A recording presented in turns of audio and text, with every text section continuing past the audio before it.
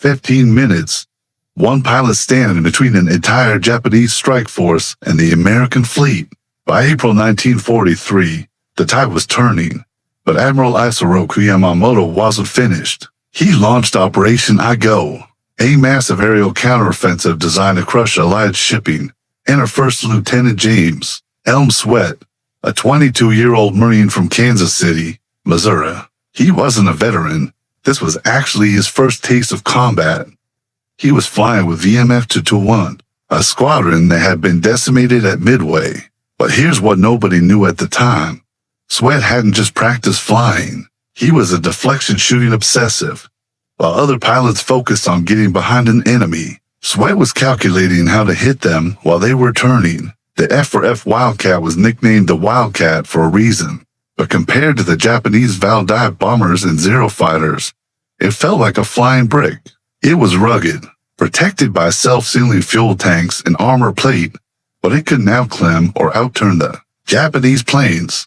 Conventional wisdom said, don't dogfight a Zero. If you got into a turning match, you died. You had to use boom and zoom tactics. But what happens when there are dozens of enemies and they are already diving on your ships? You can't just dive and run. You have to stand and fight. At 3 p.m., radar picks up a massive swarm. Sweat and his flight of Wildcats are scrambled. As they reach 15,000 feet, they see them, a swarm of IHD-3A Wildcat bombers escorted by Zeros. The next 60 seconds would change everything. Sweat spots a formation of 15 Val bombers diving toward American ships in the harbor below. He doesn't wait for his wingman. He pushes the stick forward. The odds were impossible. The Wildcat was slower, heavier, and less maneuverable than the legendary Zero. Military analysts said a Wildcat could never win in a dogfight against superior numbers. Sweat dives into the formation. He aligns his sights. He doesn't go for a tail chase. He uses a high side run. Burst one. The first Val erupts in flames. One down. Imagine being a lone pilot, staring down an entire enemy air group. For U.S. Marine Corps pilot James Sweat, this was his reality. The date, April 7, 1943. The mission, intercept a massive Japanese air raid over Guadalcanal. He was flying the Grumman F4F Wildcat, a tough but outmatched fighter. The odds were impossible. The Wildcat was slower, heavier, and less maneuverable than the legendary Mitsubishi Zero. Military analysts said a Wildcat could never win in a dogfight against superior numbers, but Sweat had a plan. As 15 Japanese Val dive bombers descended, Sweat didn't follow them into their dive. That would have made him a sitting duck for their rear gunners. Instead, he used a series of brilliant S-turns. He stayed above them, dipping down to fire and then pulling back up, conserving his energy. He lined up the first Val bomber, a perfect burst of machine gun fire. One down. But wait until you see what happens next. As Sweat cleared the first wave, he realized his wingman was gone. He was completely alone, surrounded by the finest pilots of the Japanese 1st and 2nd Carrier Divisions. Most pilots would have run. Sweat did the opposite.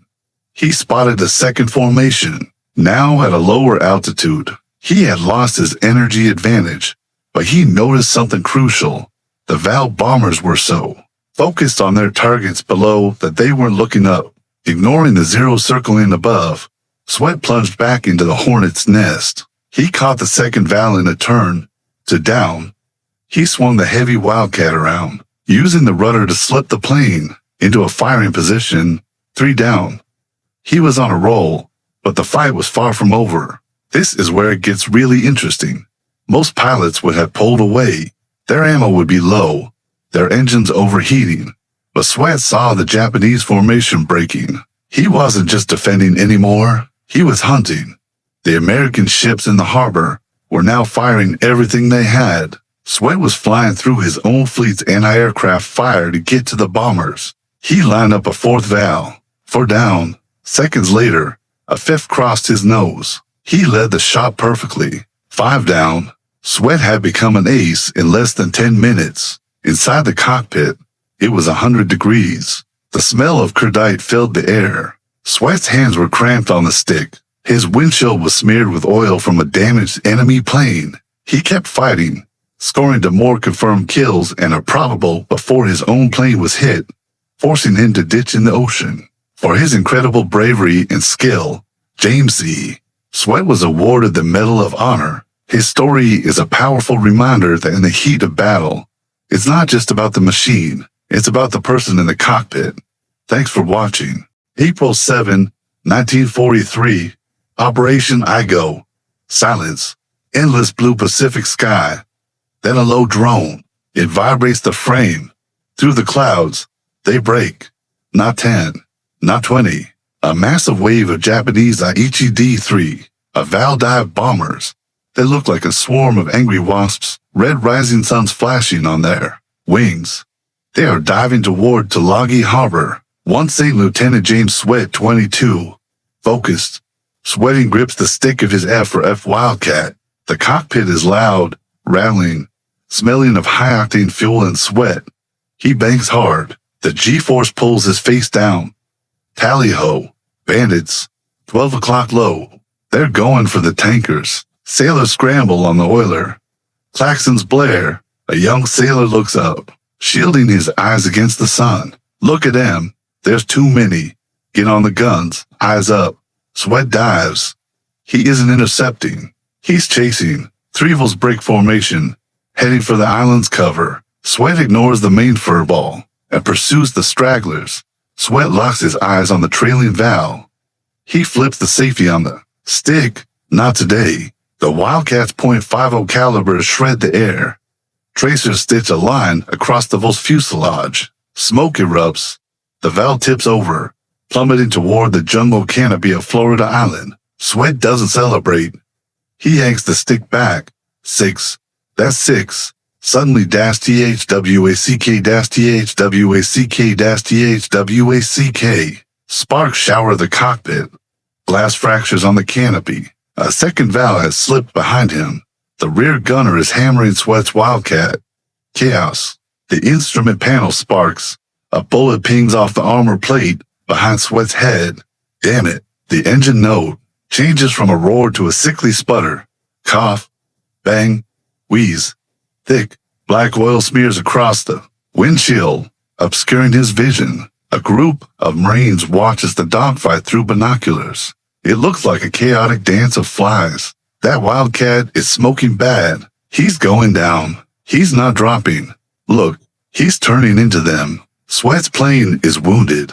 Smoke trails behind him like a banner. But he doesn't dive for safety. He pulls the nose up. He spots the Val that shot him. The impossible 7. Sweat fights the controls. The left wing feels heavy, sluggish. He wipes oil off the glass with a gloved hand. He lines up the Val in his sights. He squeezes the trigger. Click. Nothing. Come on. Come on. He recocks the guns. Squeezes again. Thump. Only one gun fires. The recoil yanks the plane to the side, fighting his aim. Hold together. Just hold together. He has to get closer. The single gun doesn't have the spread. He needs to be point blank. The Wildcat closes the distance. 500 yards. 300 yards. 100 yards. Suicidally close. The Val rear gunner fires back. Tracers zip past Sweat's canopy. Sweat stares down the barrel of the enemy gunner. He doesn't blink. He holds the single working gun on the target. Die. The single stream of bullets from Sweat's plane saws into the Volkswing root. Crack. The Volkswing shears off completely. The enemy plane enters a violent, fast spin, crashing into the harbor water below. The Marines lower their binoculars. Stunned. Did you see that? Splash 7. One pilot? Sweat's propeller stops. The engine seizes. Silence returns to the cockpit, save for the wind whistling through the bullet holes. He is gliding now, a heavy, metal brick falling toward the ocean. Sweat slumps back, exhausted, adrenaline fading into shock. He looks at the altimeter unwinding. Time to get wet. He unbuckles his harness as the blue water rushes up to meet him. James Sweat survived the crash. His record of 7 kills in a single sortie stands as a Marine Corps record. He was awarded the Medal of Honor. 7 confirmed kills. 1 man. 15 minutes of absolute chaos. The record he set that morning over Tulagi still stands today. But it wasn't just luck. It was a masterclass in calculated aggression. The tactics used are still the foundation of modern deflection shooting. The moment he figured it out at the 10-minute mark is brilliant. He didn't just survive the wave.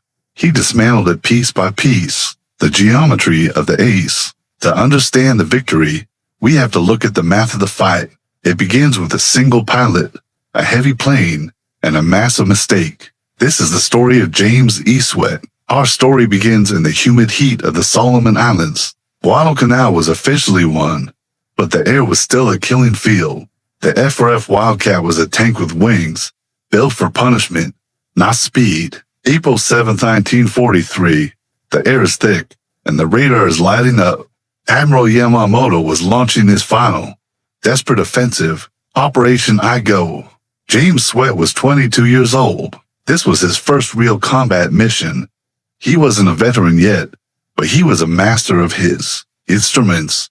The radial engine screams to life, drowning out the sound of the jungle. He didn't know it, but he was about to become an ace in 15 minutes. Every expert predicted failure for the outnumbered Marine interceptors. They appeared as a wall of black dots against the blinding glare. The Japanese A6M bombers were already beginning their dives. Below them, the Allied fleet was a collection of sitting ducks. He dove into the middle of the formation, ignoring the escort fighters. The engagement had begun.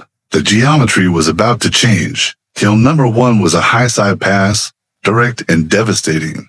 He didn't stop to watch it fall. He was already hunting the second. The second valve was caught in a steep dive, unable to maneuver dot to down. The harbor sailors began to look up and cheer. He was burning fuel and ammo at a terrifying rate. The hunters were now fighting back, but Sweat didn't flinch.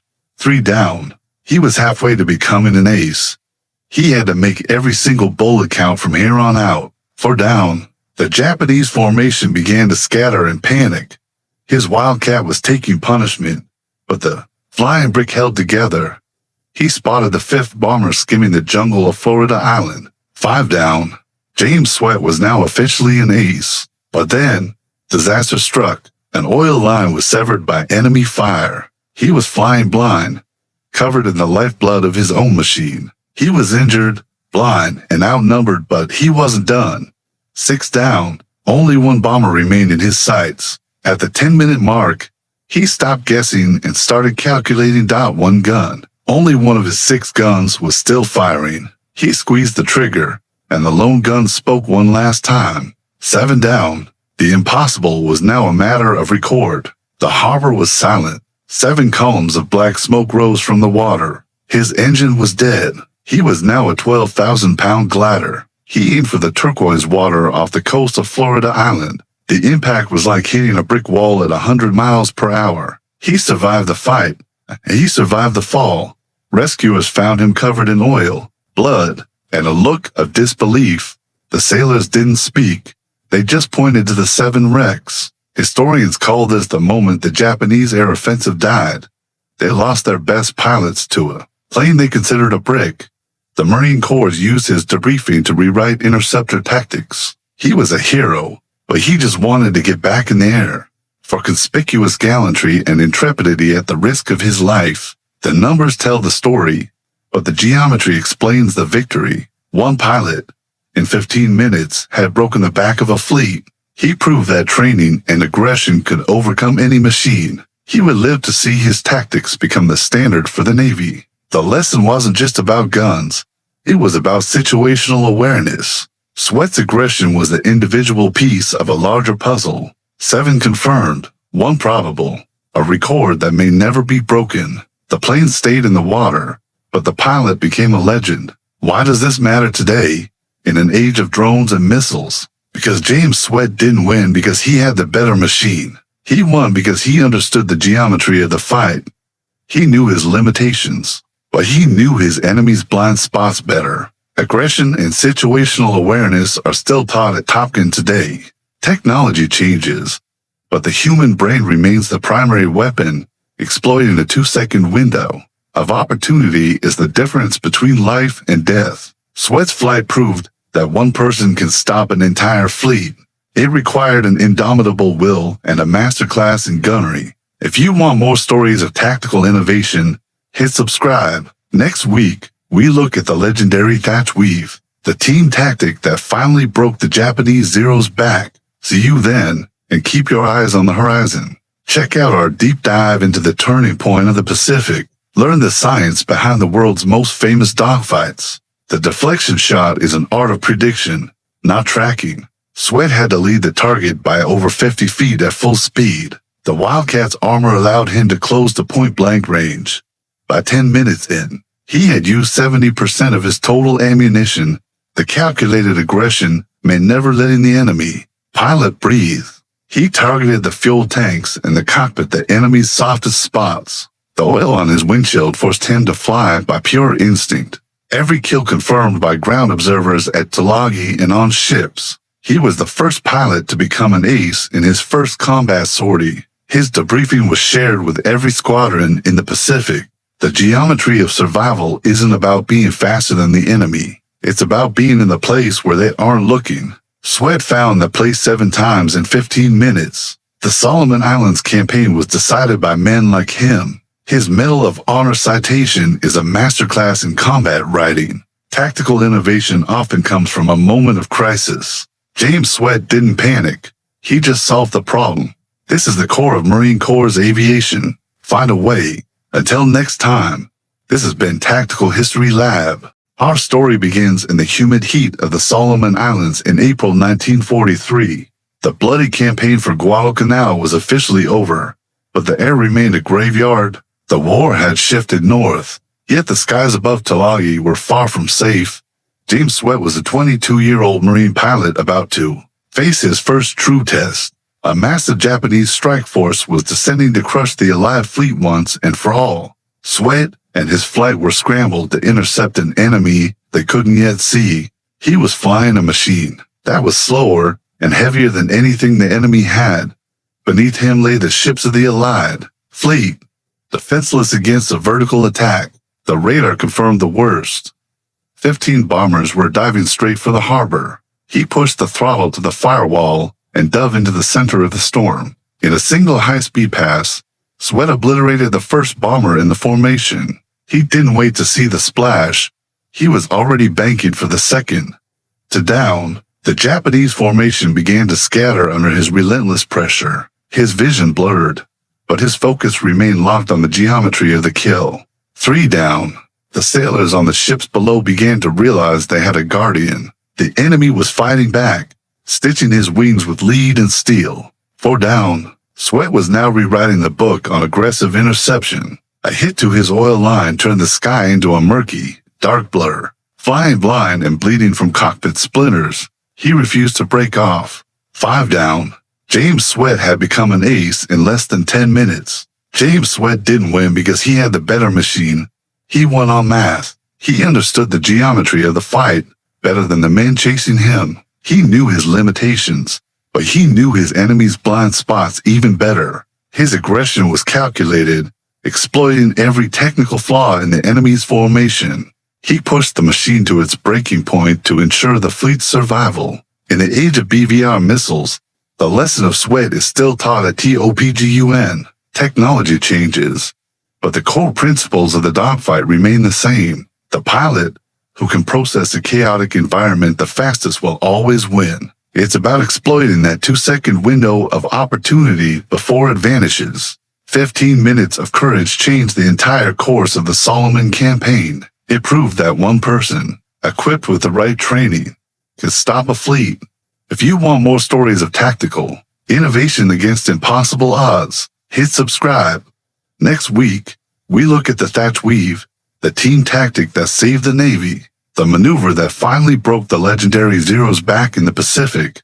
We will see you then. Keep your eyes on the horizon. Tactical History Lab. Semper Fidelis.